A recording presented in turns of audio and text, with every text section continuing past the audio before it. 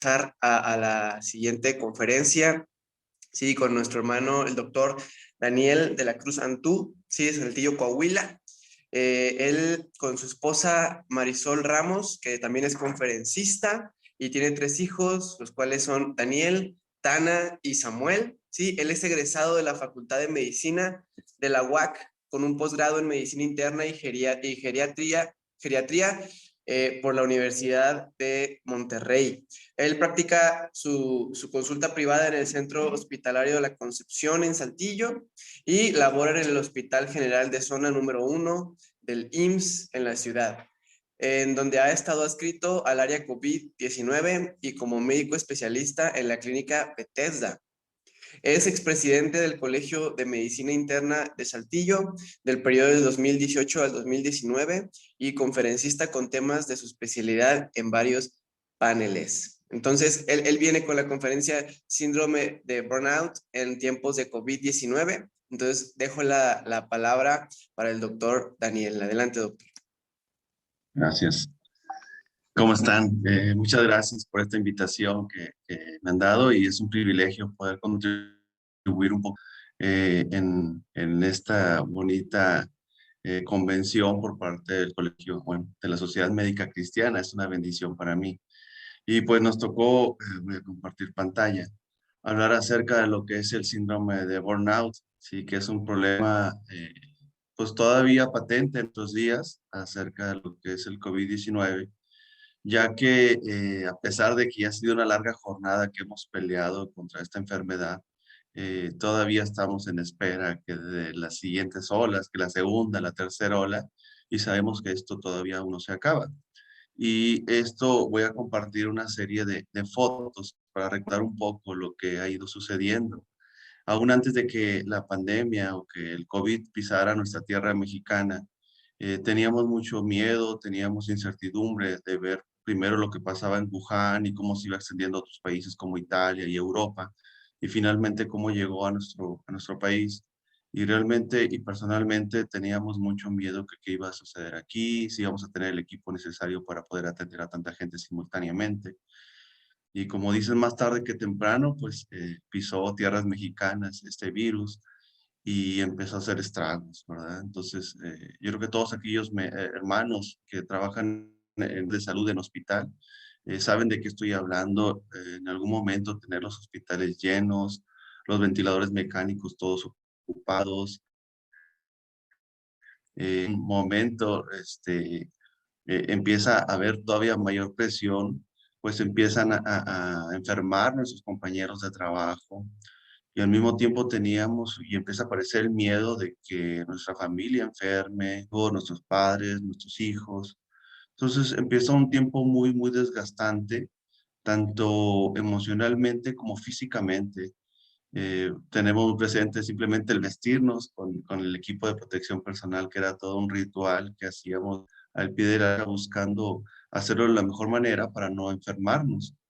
Y lo que he platicado con doctores que han estado en servicios de urgencia, hace poco me platicaba un amigo que estuvo en el Estado de México y dice que él nunca había visto gente morir en la calle, que no había acceso ya al hospital porque estaba lleno, no había tomas de oxígeno y llegaba un paciente tras otro, como si fueran las páginas de un libro repetidas y repetidos. Entonces fueron momentos muy gastantes en los picos agudos de esta enfermedad, pero recordemos que aún no desaparece y todavía seguimos con temor de que vuelva a suceder lo que ha pasado en meses previos, realmente hace un par de días prácticamente, ¿sí? Y aún todavía más empieza el nivel de estrés a ser mayor porque empiezan a agotarse los recursos de los hospitales. Repito, los que han estado en áreas hospitalarias, no sé si les tocó en el área tanto pública como privada, de repente empezaron a escasear algunos analgésicos, sedantes, medicamentos como las aminas que usamos para subir la presión arterial, antibióticos. Y ahí es cuando todavía nos daba miedo. Yo decía, si alguien enferma de mis seres queridos, a veces ni siquiera va a haber todos los recursos para tratarlos de la forma más óptima. Y pues eso es un desgaste emocional, un desgaste físico. y que nos da pie a hablar de esta situación, que es la enfermedad de burnout. Este problema no es algo nuevo y me llama la atención que el burnout se empezó a explicar en el personal de salud antes de cualquier otra profesión. Y es indudable que estamos parados frente a una situación que es muy común entre nosotros. Y de ahí la importancia de identificarlo y buscar apoyo y tratarlo al momento que estemos padeciendo de él. Y también estar atentos para ver nuestros compañeros de trabajo, para ver si ellos están pasando por él. ¿Sí? Más desesperante, esto pasó aquí en Saltillo, familiares enojados porque no podían ver a su paciente que estaba internado, que estaba grave, comentando de que los tenían secuestrados, comentando de que ahí se lo asesinaron. Entonces todavía aún estar pasando por una situación sumamente desgastante, donde uno estaba dando su mejor esfuerzo y aún así muchas veces esto no estaba bien agradecido o recompensado, sino todo lo contrario, aún había agresión hacia el personal de salud. Entonces, tiempos muy, muy difíciles hablando lo que es esta etapa de COVID en el área hospitalaria específicamente. Y de ahí empieza este síndrome del burnout, que lo podemos traducir como el síndrome del quemado, ¿verdad? Que estamos consumidos, estamos pasando por un agotamiento emocional, mental y físico, ¿verdad? Dicen que una imagen habla más que 1000 palabras, pero sí lo pudimos ver muchas veces entre nuestros Perdón, compañeros que hermano, nosotros... ya está autorizado para compartir pantalla. Ok, ahí se están viendo las fotos. Me parece que no. Ok, discúlpeme, hermano. Aquí soy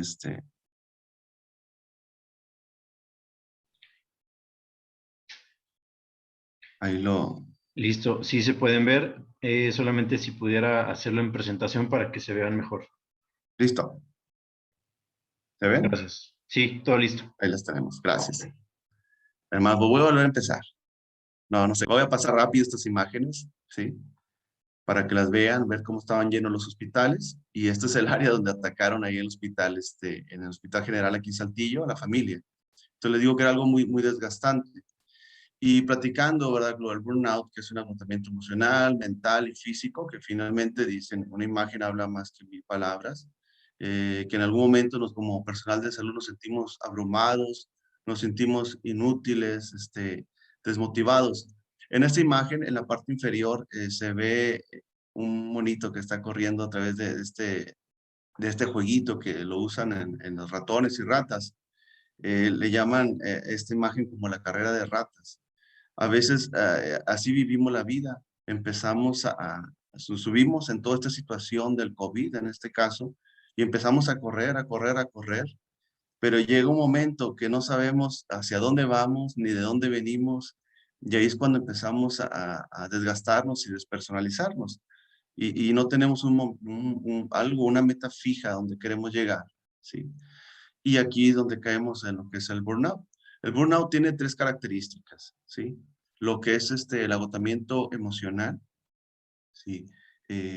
Tantos problemas, tantas situaciones, carencias, el hecho de ver compañeros que se enferman. Por ejemplo, yo estaba en un área donde eran 45 camas y éramos 3 líderes de grupo, así se les menciona. Y me acuerdo que un par de guardias se enfermaron, mis 2 compañeros como líderes. Entonces estaba yo solo, de repente tenía que ver 10 pacientes intubados y había otros 35 pacientes internados y teníamos que apoyarnos con poco personal. Entonces eso realmente nos pone a pensar, gasta, nos cansa y eso nos lleva a despersonalizarnos, ¿sí? Despersonalizarnos es una medida de protección que a veces la gente hace como personal de salud y es como dar un paso hacia atrás y tratar de ver la situación como si no estuviéramos ahí. Y de repente, por un lado, nos sentimos como un objeto más, como que estamos inventariados ahí en el hospital, pero también empezamos a despersonalizar a las personas que vemos y a veces las vemos como un objeto.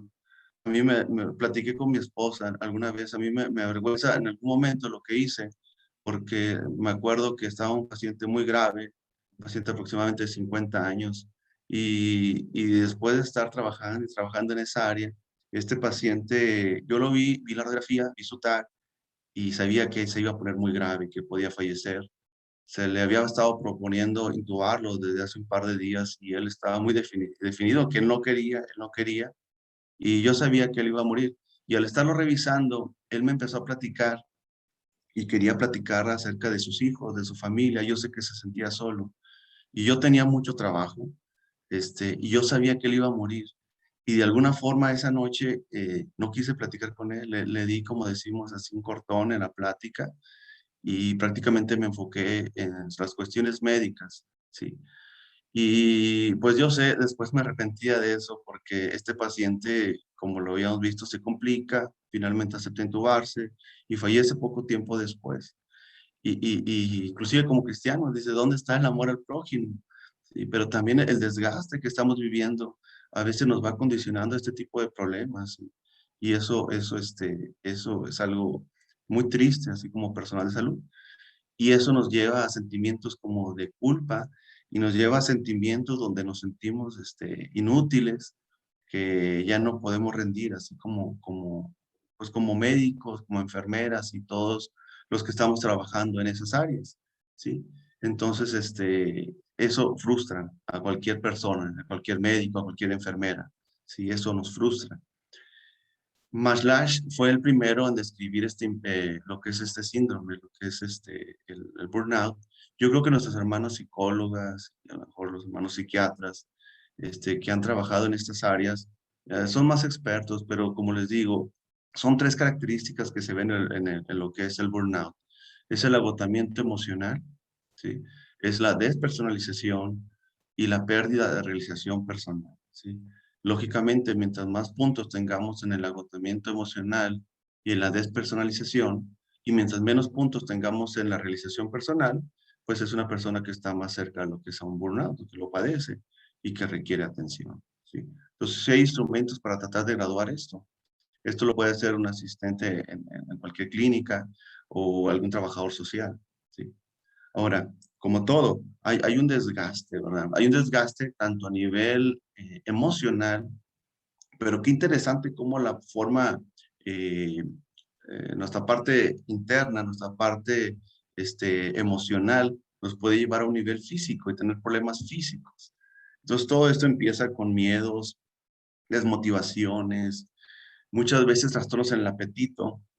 Es muy común que tengamos más hambre o menos hambre, ansiedad, pérdida de sueño. Y esto nos puede llevar a problemas físicos, como les decía, a veces hiperventilación, temblores, insomnios muy fuertes, dolores de cabeza, inclusive algunas enfermedades como el vitiligo tienen cierto tinte donde estamos sometidos a un nivel de estrés alto, ¿sí? Entonces, ¿cómo es importante atacar, identificar y atacar oportunamente antes de que esta enfermedad nos consuma? ¿Sí? Prácticamente es eso, nos consume, ¿sí?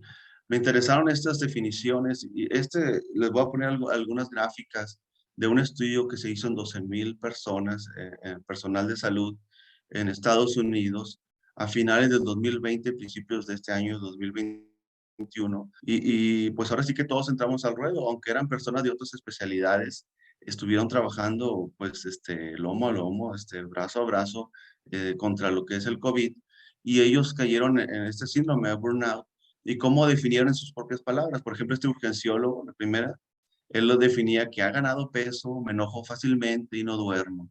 Así es como definía su problema. Un ginecólogo decía, ya no puedo hacer las cosas que hacía antes para aliviar mi estrés, como viajar. Dice, se me está cayendo el cabello por tanto estrés. Un neurólogo decía, ahora estoy tomando medicamentos para la ansiedad, ¿sí? Dice, mi depresión y ansiedad me están robando mi trabajo y mis relaciones interpersonales, ¿verdad?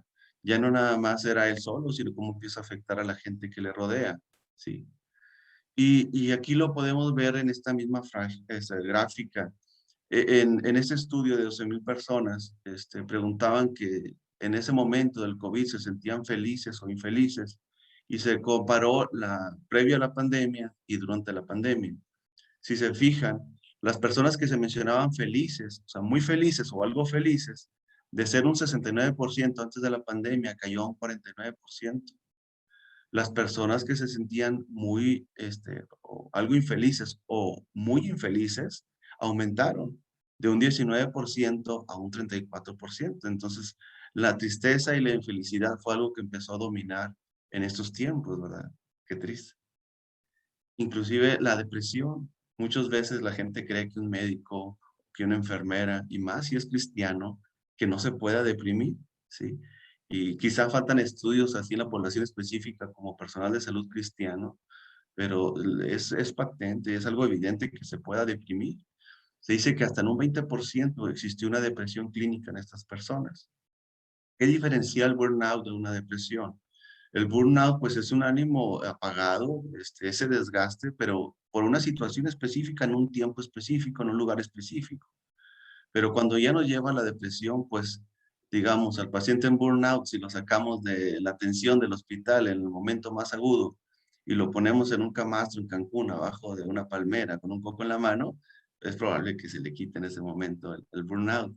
Sin embargo, las personas con depresión, aún sacándolo de ese entorno, siguen aún con su ánimo triste y muchas veces requieren ayuda.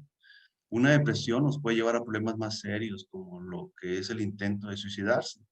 Igual, en tiempos de COVID, la gente depresiva a los que se les hizo esta encuesta, se encontró que hasta en un 13% las personas pensaron en suicidarse. No lo intentaron, pero pensaron, pasó en su mente suicidarse. Y en 1% lo intentó. Viene a mi mente la doctora encargada de urgencias de un hospital de Nueva York, cómo ella se suicidó. O sea, no pudo con la tensión que se estaba viviendo en ese momento y optó por ese camino, ¿sí? De ahí la importancia, ¿verdad? Que veamos a nuestros compañeros, que si vemos o percibimos que alguien está cursando con algo de desgaste, pues nos acerquemos, platiquemos con ellos, ¿sí? Ahora, no nada más es un afecto, lo del burnout en nosotros mismos, sino que también empieza a tener un efecto negativo en las personas que nos rodean. Digamos, hablando con nuestros compañeros de trabajo, médicos, enfermeras, gente de intendencia, directivos, y también lo llevamos hasta la propia familia. A veces la familia, toda esa sobrecarga que llevamos, la familia es la que la paga. Me llamó mucho la atención cómo dividieron la, el problema por edades. ¿Sí? Aquella gente que tenía burnout y que afectó sus relaciones interpersonales era más notorio en la gente más joven. Hablamos de los millennials, que los ponían entre 25 y 39 años. En ellos les afectó hasta un 75%. La generación X, que es de 40 a 54 años, les afectó a un 74%, parejeando prácticamente, y un poquito menos a la gente con un poco más de experiencia, de 55 a 73 años, los baby boomers, ¿verdad? Pero tenía un efecto en las relaciones con la gente que le rodeaba, ¿sí? E inclusive y vergonzosamente, muchas veces, como dice el paciente, es la que la pagaba, que lo pagaba. Yo les pongo el ejemplo en grado menor, pero muchas veces un cajero de un Oxxo, ya dije el comercial, o muchas veces las personas que cobran en aguas, o que cobran en la Comisión Federal de Electricidad, ya están también a veces burneados, desgastados y nos atienden muy mal. Qué triste nosotros que estamos viendo personas enfermas y pagan nuestro problema ellos mismos. Entonces decían, en esta gráfica se dice que hasta en un 36% en los médicos se desesperan fácilmente con sus pacientes, ¿sí? Yo soy geriatra, hace unos días una paciente me pidió que se iba a hacer unos exámenes para una cirugía. Le dije, bueno, quiero que se haga estos exámenes y le dicté, le dije, le voy a decir puras siglas para no batallar, BH, QS, TP y TPT. Lo anotó, le dicté letra por letra y a los 5 minutos me volvió a marcar porque quería que se los volviera a repetir y a los 30 minutos otra vez y total, me marcó 5 veces en un día para dictarle lo mismo, ¿sí? Entonces, ¿qué pasa cuando estamos con el burnout? Es fácil que nos desesperemos y inclusive a veces podemos agredir a un paciente, ¿sí? Se dice que hasta en un 24% puede haber menos motivación para revisar un paciente, ¿sí? ¿Qué pasa cuando no lo revisamos bien? Podemos cometer más errores, ¿sí? En un 13% se puede expresar mi frustración frente al paciente, decirle por qué me lo mandan a mí, no lo vio bien el doctor que estaba previamente, siempre yo tengo que sacar el trabajo, no tenemos recursos. Todo eso no nos va a ayudar con el paciente, al contrario, lo vamos a estresar más. Y finalmente, hasta en un 15% cometer errores en las cosas que estamos haciendo. ¿sí? Entonces, finalmente, como les digo, el paciente es lo que paga. Cuando estamos en esta situación, es importante atendernos para que podamos cuidar mejor al paciente y tener un mejor resultado en la atención de estos pacientes, ¿sí? Ahora la pregunta es, ¿cómo actuar frente al burnout? ¿Qué tenemos que hacer, verdad? Y aquí, pues, es una atención holística, completa, integral, para tratar de salir de este bache que muchas veces no es tan fácil, y más en esos momentos de las olas del COVID, donde hay muchísima gente, pocos hospitales, pocas camas, pocos recursos muchas veces, ¿sí?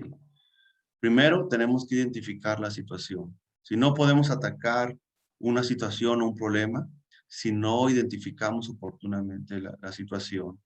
Les decía que debíamos de ver esos datos, que hay desgaste emocional, físico, que estamos despersonalizando, que nos sentimos que nuestra profesión no estamos ya siendo tan exitosos, que no disfrutamos lo que hacemos. Entonces, algo está mal, tenemos que identificarlo. Después de esto, tenemos que buscar grupos de apoyo, ¿sí?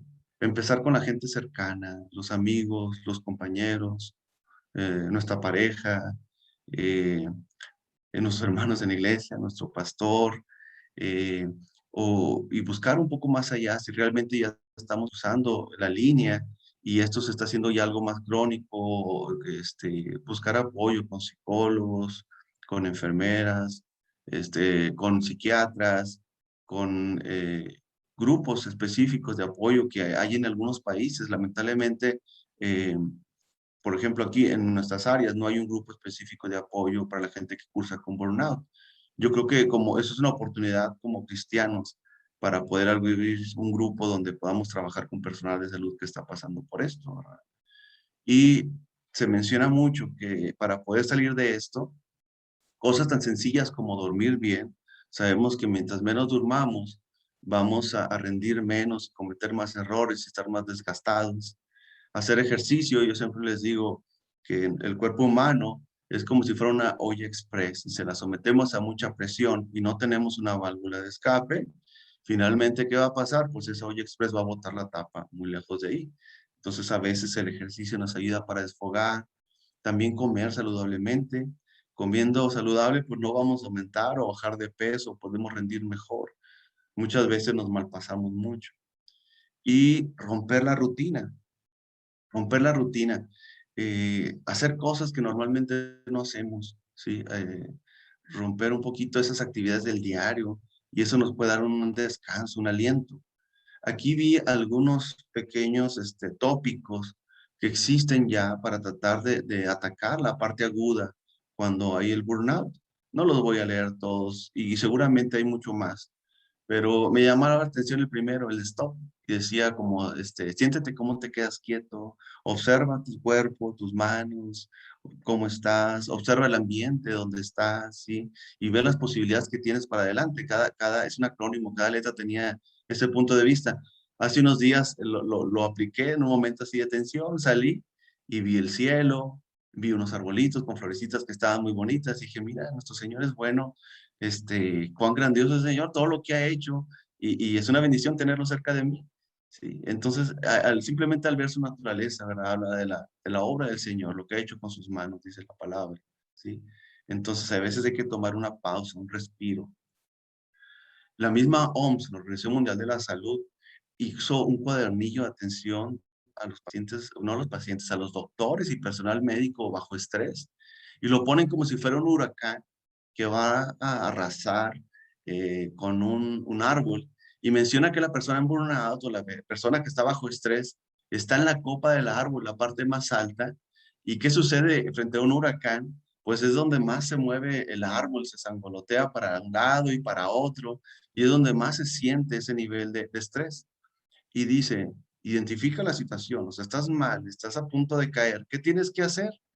Dice, muy fácil, bájate del árbol y párate junto al tronco. Y es la parte donde es más segura, sí, es la parte donde vas a estar más tranquilo y donde se va a sentir menos el huracán. Y yo hablando específicamente de atenderse, de buscar un punto seguro. Y esto trae a mi mente lo que dice el Salmo 62:7, dice, en Dios está mi salvación y mi gloria. Y dice, Dios es mi roca fuerte y mi refugio. Entonces, ese árbol, ese tronco fuerte, es como si fuera nuestra roca fuerte. Solamente en Cristo tenemos una ventaja como personal de salud, que tenemos a nuestro Señor en nuestro corazón, y es que Él nos acompaña y sabemos que Él es nuestro refugio, y finalmente nos convertir en nuestra roca fuerte para poder resistir estas situaciones. Si no, pues esto nos va a consumir y tarde que temprano nos vamos a caer de ese árbol, ¿verdad? Ya para terminar, hermano, quiero que vean esta imagen. Sí, voy a tratar de hacerla un poquito más grande porque quiero que vean algunos detalles. Sí. Este cuadro lo pintó Rembrandt. Sí. Se llama Tormenta en el mar de Galilea. Sí. Eh, por si acaso, es así como historia, este cuadro estaba en un museo en Boston, fue robado y existe una recompensa de 9 millones de euros por si alguien da datos de dónde está. Entonces, por si lo ven por ahí, ya saben que hay recompensa. Pues afortunadamente hubo fotos de este cuadro y lo podemos ver en este momento. Y quiero que pongan atención. Todos sabemos que ahí están los discípulos. Eh, ahorita platicamos porque son 13. Y si ponemos atención, ojalá lo puedan hacer inclusive más grande en su casa. De un lado, de la parte del extremo superior, vemos cómo los discípulos están luchando contra las olas. Vemos sus rostros con cierto miedo, incertidumbre. Están muy afanados para poder mantenerse a flote en medio de esa tempestad, ¿sí? Se les ve preocupados. Entonces, qué parecido es esto al burnout en estos tiempos, ¿verdad? Pero si nos vamos al otro extremo, el extremo inferior, quiero que pongan atención en la cara de Jesús, ¿sí? Aquí el pintor simboliza a Jesús tranquilo, ¿sí? En medio del problema él está tranquilo. Él tiene el control, inclusive hasta del mar, ¿verdad? Dice la palabra. ¿Y qué sucede con las gentes que están alrededor de Jesucristo? ¿Cómo las ven? Ellos están tranquilos, ¿sí? Se ven apacibles, tranquilos. ¿Por qué? Porque están seguros de quién está con ellos. Y si se fijan, el mar de este lado empieza la calma. Está diferente al extremo superior, ¿sí? Rembrandt, él se pinta en este mismo retrato. Si cuentan, son 12 discípulos y él es Rembrandt. Inclusive está mirando hacia nosotros. Y como decimos por acá en el norte, nada tonto, Rembrandt se puso cerquita de Jesucristo, ¿verdad? En medio de la tempestad. Y yo creo que como cristianos y como personas de salud cristianos debemos de identificar que estamos viviendo esta situación tan difícil y en otras situaciones y hacernos la pregunta, ¿dónde estamos sentados, verdad? A lo mejor estamos sentados en la parte superior y estamos afanados, con miedo, pero donde realmente debemos estar sentados es junto a Jesucristo, ¿verdad? Y poner nuestra confianza en Él y saber que esto va a pasar, ¿verdad? Esta tormenta en algún momento va a pasar y tomados de su mano vamos a poder salir adelante, ¿verdad? Bien confiados en que Él tiene lo mejor para cada uno de nosotros, ¿sí? Por ahí escuchaba un sermón y decía nuestro hermano que somos inmortales hasta que Dios quiera y no podemos vivir con miedo. Que el día que Dios quiera recogernos, pues nos vamos a ir con Él. Pero mientras tanto no podemos andar con miedo. Si Dios nos quiere aquí, nos tiene aquí, es por algo. Con esto cierro mi plática, hermanos. Dios les bendiga. Hasta luego. Muchas gracias, hermano, por esta plática tan interesante y a tomar en cuenta. Eh, Sabemos que, bueno, como tú lo dices, poniendo nuestra confianza en el Señor, pues podemos estar con paz, esa paz que sobrepasa todo entendimiento, ¿verdad?